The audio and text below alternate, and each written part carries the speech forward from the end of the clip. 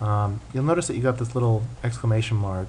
You hold your mouse over this and it says the import is never used, and then it suggests fixes to this. So this is very similar to ReSharper, where it'll point out problems to you and offer ways to fix it. So you just go down here and you click this, it fixes the problem, and off you go.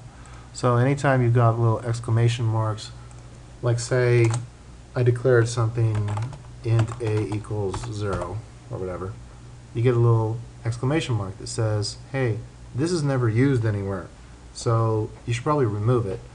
So if I'm going to use it later, obviously that's fine, keep it. Otherwise, if you run across little exclamations that are complaining about stuff, just say, alright, whatever, and it fixes it, which is really nice. That's a nice feature.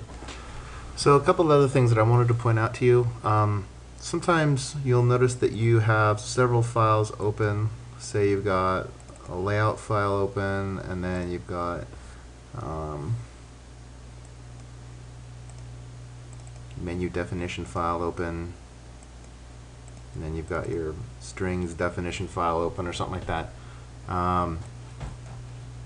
If you bounce around between them, you'll notice that the right hand side, the package explorer, does not follow where you are by default like it does in Visual Studio. And I think that there's actually a setting in Visual Studio to turn that on, but it might be on by default.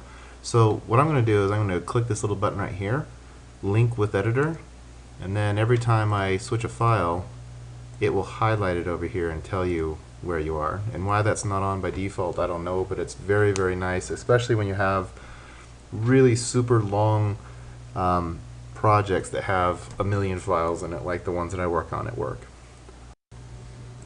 Another thing to remember is that if you have a lot of different code files open and you want to be able to switch between them, you can hold down the Control tab, and that will toggle you between the different code files that are open.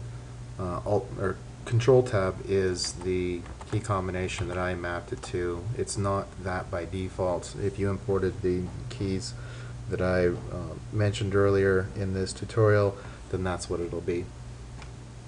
But if you don't know where something is, like if you see where one of these things calls, something, or your friend says, "Hey, open up main.activity and look at this," or whatever, and you can't find it by just looking through here because it's so cluttered. One way that you can easily jump around in your code is by doing a Control-N, which is a shortcut key from ReSharper. And you can just start typing. And as you type, you'll notice that it brings up a list of, here are all the interface files, here are all the code files, here are all the things that match what you're typing. And you can use wildcards, like I want an activity that starts with MA, and there it is. That's the one I want. When you hit enter, it brings you to it. So that obviously can be changed. If you go to preferences and you type in key, it'll give you the keys, and you can see sort by binding, and you can see where I did the Control-N right here, open type, and you can change that to whatever you want.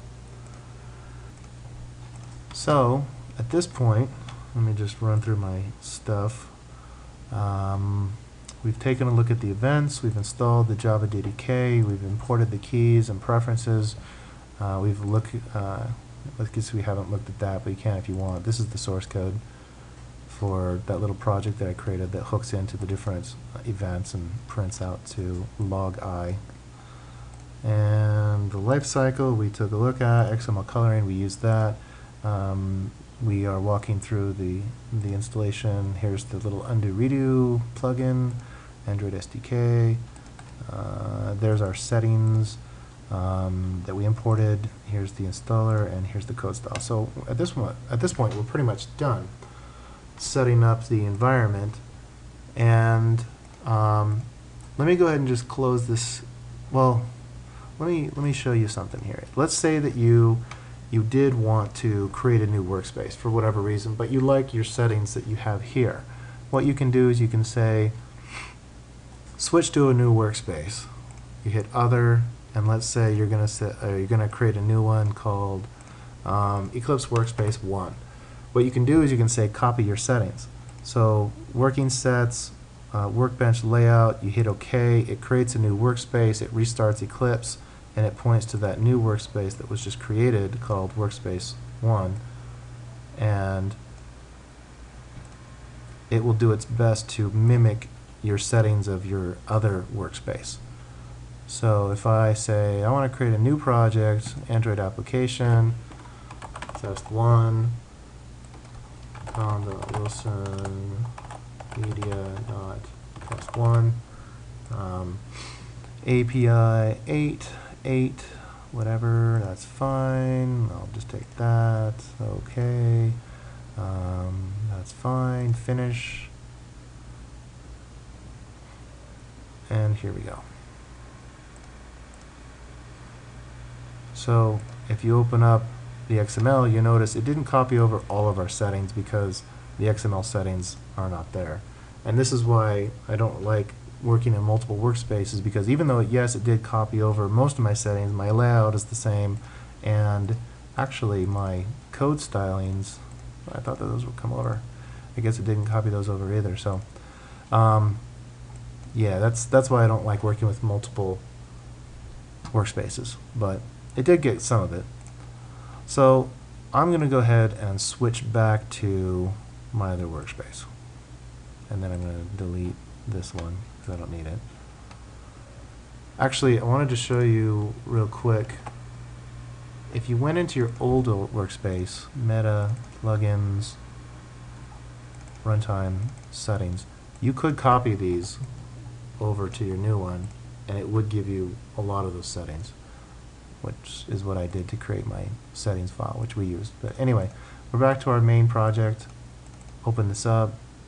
It looks pretty. Yay. Open up our resource. Go to layout. It looks pretty. Yay. Alright, so cool. So yeah, let's at this point go ahead and create a little hello world, and I'll show you how this stuff works in executing and debugging.